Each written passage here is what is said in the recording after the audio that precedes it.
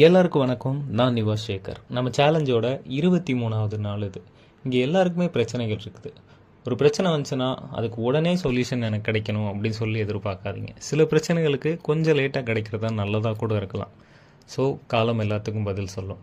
So இன்றைக்கான song நான் upload பண்ணிட்டேன், பார்த்துக்கோங்க எல்லோரும்.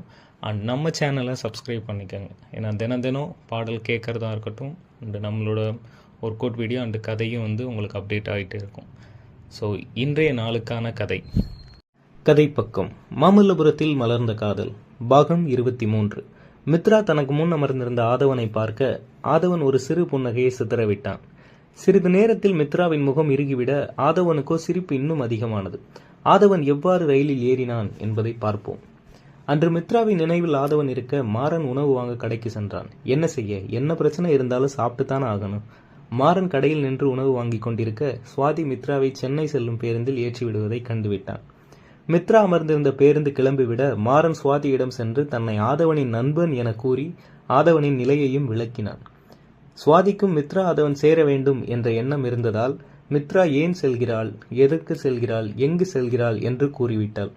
இதை அனைத்தையும் அறிந்து கொண்ட மாறன் ஆதவனிடம் அனைத்தையும் கூறி அவனை தனது இருசக்கர வாகனத்தில் மித்ரா வந்து இறங்கிய இடத்திலேயே இறக்கிவிட்டு விட்டான். அதனால்தான் இப்பொழுது மித்ரா முன் ஆதவன்.